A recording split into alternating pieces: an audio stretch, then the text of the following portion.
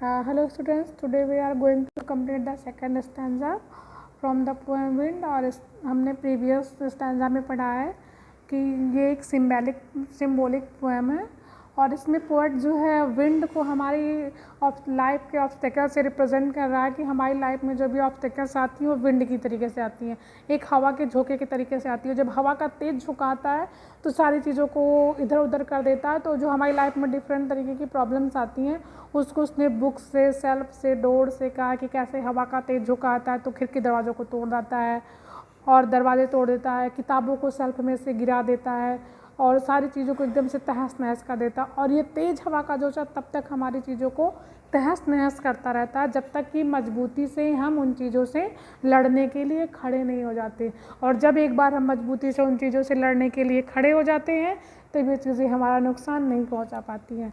तो उसी के हमने अभी तक यहाँ तक पढ़ा है कि कैसे वायु के देवता तेज़ी से आते हैं और जो कमज़ोर लोग रहते हैं उनका मजाक उड़ाते हैं, उनकी चीज़ों को नुकसान पहुँचाते हैं और जिसको जितना कमज़ोर पाते हैं उस प्रकार से उसकी चीज़ों को एकदम से नष्ट कर देते हैं।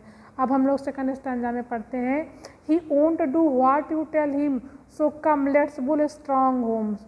He won't do what you tell him, let's join the doors family, practice to form the body, make them hearts steadfast, do this and the wind will be friends with us, the wind blows out weak fires, he makes strong fires roar and flourish, his friendship is good, we praise him every day।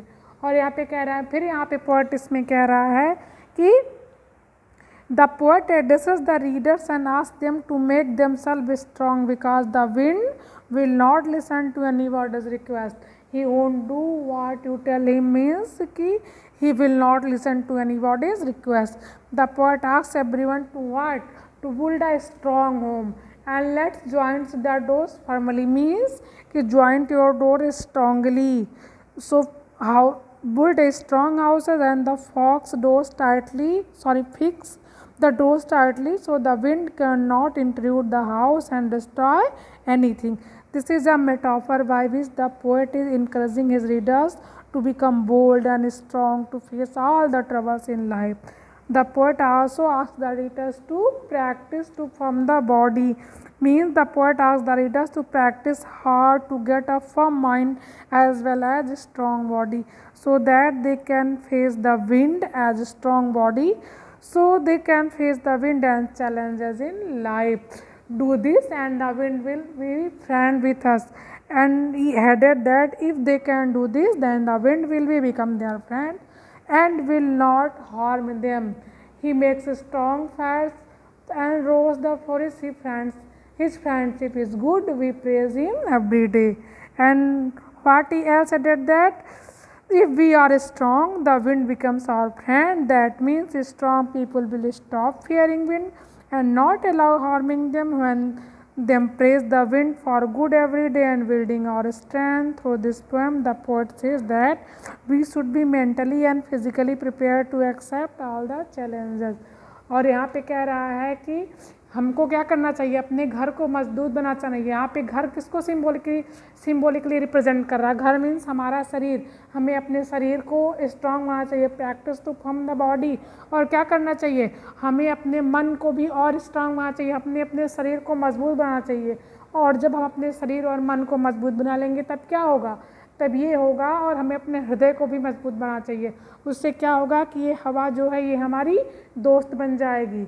और जब दुर्बल क्या होता है, यहाँ पे metaphor का use किया जा रहा है, एग्जाम्पल दिया जा रहा है कि जब अग्नि धीरे धीरे जलती है, दुर्बल जलती है, जैसे एक माचिस की तीली जलाई है आप और तेज़ी से हवा का झोंका है तो माचिस की तीली बुझ जाएगी। लेकिन अगर आप ढेर सारी लकड़ी इकट्ठा करके एक बड़ा सा जलाएंगे तो जब तेज़ हवा आएगा तो जितनी चीज़ों का आएगा सबको जला देगा।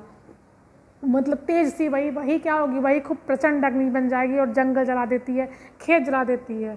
तो अगर जब भी हमारे जीवन में कोई भी प्रॉब्लम्स आ रही तो अगर हम मजबूती से खड़े हो जाएंगे और उस प्रॉब्लम का सामना करेंगे तो वो प्रॉब्लम हमसे डर जाएगी और हमको परेशान नहीं करेगी और हमारे जीवन की समस्त परेशानियाँ समाप्त हो जाएंगी। So that's all for the today and next में हम लोग क्या करेंगे, इसकी समरी करेंगे and summary is also similar to central idea. Thank you and that's all for today.